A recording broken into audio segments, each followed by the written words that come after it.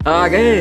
तो मेरे को ये बताओ, क्या जैक स्नाइडर का मानसिक संतुलन हिल चुका है? शाहरुख खान कॉपी खान है। एक दशकों पुराना पॉपुलर एनिमे अब ऑफिशियली कमाल के हिंदी डब में आ चुका है। कौन सी ऐसी कमाल की कॉमिक बुक मूवी है जो मेरी और आपकी भी फेवरेट है? पक्का बॉलीवुड कभी भी ज़ॉम्बीज के टॉपिक को क्यों नहीं छेड़ता? क्या बॉलीवुड खून खराबा दिखाने या सेंसरशिप से डरता है, या ज़ॉम्बीज पे मूवीज बनी नहीं सकती सक्सेसफुली? तो यारो, आज हम ऐसे ही उल जुलूल टॉपिक पर चर्चा करेंगे और ये है अपना एपिसोड 1। जानकारी के लिए ये भी बता दूं, उल जुलूल टॉपिक मतलब बिल्कुल ही अनफिल्टर्ड, मतलब विदाउट एनी स्क्रिप्ट, जो भी मेरे दिमाग में आता जाएगा मैं बोलता जाऊंगा। बाकी का करेक्शन आप लोग कमेंट बॉक्स में बताना 4-5 अच्छे शब्दों के साथ। आ जाओ पेज पलटते हैं भाई। अब जैक स्नाइडर पाजी कॉन्टिन्यूअसली अपने इंस्टा हैंडल पर पोस्ट किए जा रहे हैं। अब मैं मानता हूँ कि भाई बंदे ने मेहनत करी थी, तो मूव ऑन करना आसान भी नहीं होगा। और ऐसा ही सेम सिनेरियो अपने शक्तिमान पाजी बोले तो मुकेश खन्ना सर के साथ भी हो रखी है। वो डेली इसी उम्मीद में उठते होंगे कि मैं ही शक्तिमान हूँ, मेरे पास ही 5 तत्वों की शक्तियां हैं। वो आए दिन इंटरव्यूज एंड पॉडकास्ट करते रहते हैं, मल्टीपल पॉडकास्ट जो वो अपने चैनल पे करते हैं, जिसमें वो खुद ही होस्ट और गेस्ट होते हैं। सोच सकते हो भाई, बॉयज के लिए मूव ऑन करना आसान बिल्कुल भी नहीं होता अगर आपने उसमें सारी चीजें झोंक दी हो तो। फिलहाल जैक स्नाइडर अभी इस लेवल के वहम में नहीं डूबे हुए हैं, वो बस कुछ आइकॉनिक बीते हुए पलों को रिमाइंड कर रहे हैं। और फैंस भी आज तक जैक स्नाइडर के विजन को भाई सलाम करते हैं। उन्होंने जो भी बनाया भाई, दिल से सॉल्यूट। भाई फिर से मैं बोल रहा हूँ, दिल से सॉल्यूट। ऐसा लगता है कि 2013 वाली मैन ऑफ स्टील अभी 3-4 साल पहले ही तो आई थी। और फैक्ट की बात ये बताऊं कि कोई भी बंदा आपस में नए वाले सुपरमैन की चर्चा करता ही नहीं है। दूसरी तरफ डीसीयू का फिर से भाई बिकने वाला सिनेरियो सामने आ रहा है, जिससे फैंस अपनी अपनी पॉसिबिलिटीज बनाते जा रहे हैं कि जैक स्नाइडर या फिर जेम्स गन। पर सत्य तो यही है कि 80% या 90% चांस है जेम्स गन के लिए, बाकी का फैंस के चलते 10 या 20% चांस बनता है जैक स्नाइडर का। आगे चलते हैं। शाहरुख खान कॉपी खान है भाई। मेरा इंस्टा का एक्सप्लोर एंड रील सेक्शन इसी से भरा हुआ है। अब तो भैया जादू ने भी एंट्री मार ली है। पर मैं आपको यहाँ मुद्दे वाली बात बताऊं कि क्लॉथ्स एंड कॉम्बिनेशन को छोड़ दो। यहाँ ब्रैड पिट है, यहाँ एसआरके है। इन दोनों इमेजेस को एक साथ ऑब्जर्व करो।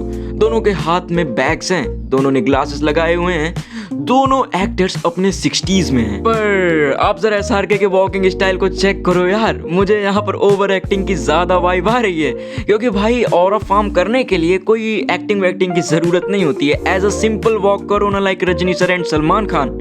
ऊपर से मैं समझ नहीं पा रहा हूँ कि इंडियन सिनेमा इंडस्ट्री को ऐसी डी एजिंग की क्या जरूरत आन पड़ी है कि आए दिन यूज होता रहता है। साउथ इंडस्ट्री में तो कुछ ज्यादा ही एकदम तहलका मचा दिया है। अब मैं मानता हूँ कि कुछ ऐसा सिनेरियो होगा पास्ट वाला, वहां पर यूज कर सकते हो, लाइक कूली में भाई परफेक्टली एग्जीक्यूट किया गया है रजनी सर के लिए। पर यार यहाँ पर क्या जरूरत थी एसआरके को एज अ चार्मिंग दिखाने के लिए, डी एजिंग का यूज करने के लिए? जरा अब इस फ्रेम को चेक मारो, जहाँ पर सेम ब्रैड पिट भी ऐसा ही सिंपल वॉक कर रहे हैं, जिसे लोग कह रहे हैं कि एसआरके ने इसी से इंस्पिरेशन लिया है। अब इंस्पिरेशन लो ठीक है, पर जरा इस सीन को चेक मारो यार, ये तो लिटरली कितना चार्मिंग और कितना नेचुरल वाइब दे रहा है। अगर मूवी देखोगे ना, ऐसा ही सेम वाइब आएगा ब्रैड पिट को ऑब्जर्व करने के बाद। क्योंकि यार ऑरा फॉर्म करने के लिए एक्टिंग की जरूरत नहीं होती है, वो ऑरा उस एक्टर के अंदर होता है, जिसे फैंस बस बड़ी स्क्रीन पर फील करना चाहते हैं। कड़वा था पर यही सत्य है। खैर जो भी हो, इससे फायदा मेकर्स को हुआ। फ्री में प्रमोशन हो गया हर एक सोशल मीडिया प्लेटफॉर्म पर। और ये तो सिर्फ अनाउंसमेंट था, मूवी तो शूट होना भी स्टार्ट भी नहीं हुआ है। और दूसरी तरफ अपने सल्लू भाई ने भी फाइनली बॉडी बना ही ली, सिर्फ अपने फैंस के लिए। मतलब ये होता है डेडिकेशन एंड रिस्पेक्ट फैंस की भावनाओं के लिए, कि हाँ मैंने अपनी पिछली मूवी में कुछ ज्यादा ही हक दिया था कि अर्जुन कपूर भी। आगे बढ़ो। डेथ नोट, जो एक कल्ट क्लासिक और कमाल का एनिमे है, जो ऑफिशियली हिंदी डब में आ चुका है।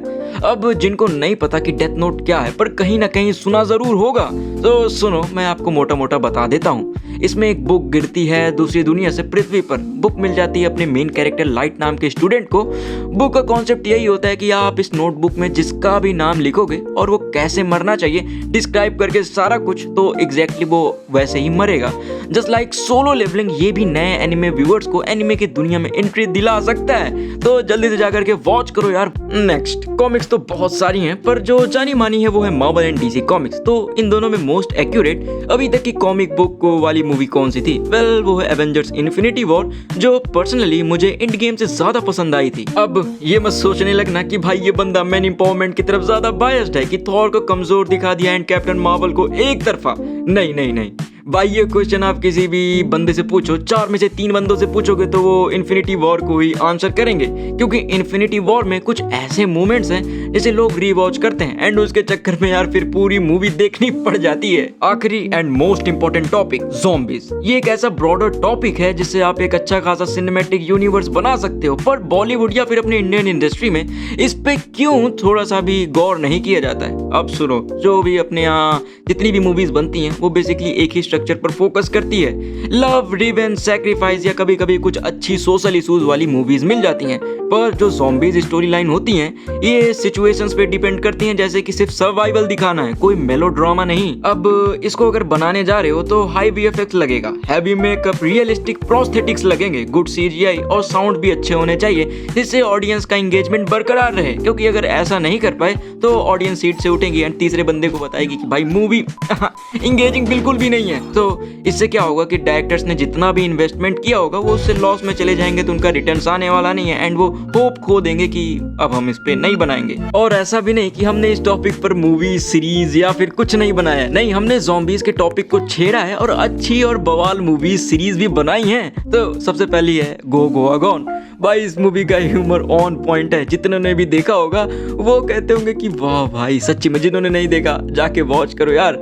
फालतू ही कोरिया की मूवीज देख करके फैसिनेट होते रहते हो कि वाह इन्होंने क्या बना दिया। नहीं, हमने दशकों पहले कुछ ऐसा ही बनाया था, जिन्हें आज बस कुछ ही लोग होंगे जिन्हें टुकड़ों में याद होगा कि हाँ एक मूवी थी जो बहुत अच्छी थी। दूसरी एक गजब की सीरीज है जिसका नाम है बेताल, और इसका प्रोडक्शन रेड चिलीज स्टूडियो ने किया है, वही एसआरके की कंपनी। मतलब एसआरके जिस तरीके से नंबर 1 है उसी तरीके से उनका विजन भी हमेशा ओवर द टॉप बोले तो नंबर 1 पे रहा है। तो इससे आप समझ सकते हो कि इस सीरीज का विजुअल कमाल का है, कोई शिकायत नहीं, और स्टोरी भी एकदम बवाल है। ऑल द टाइम आपको थ्रिलर प्रोवाइड करती रहेगी।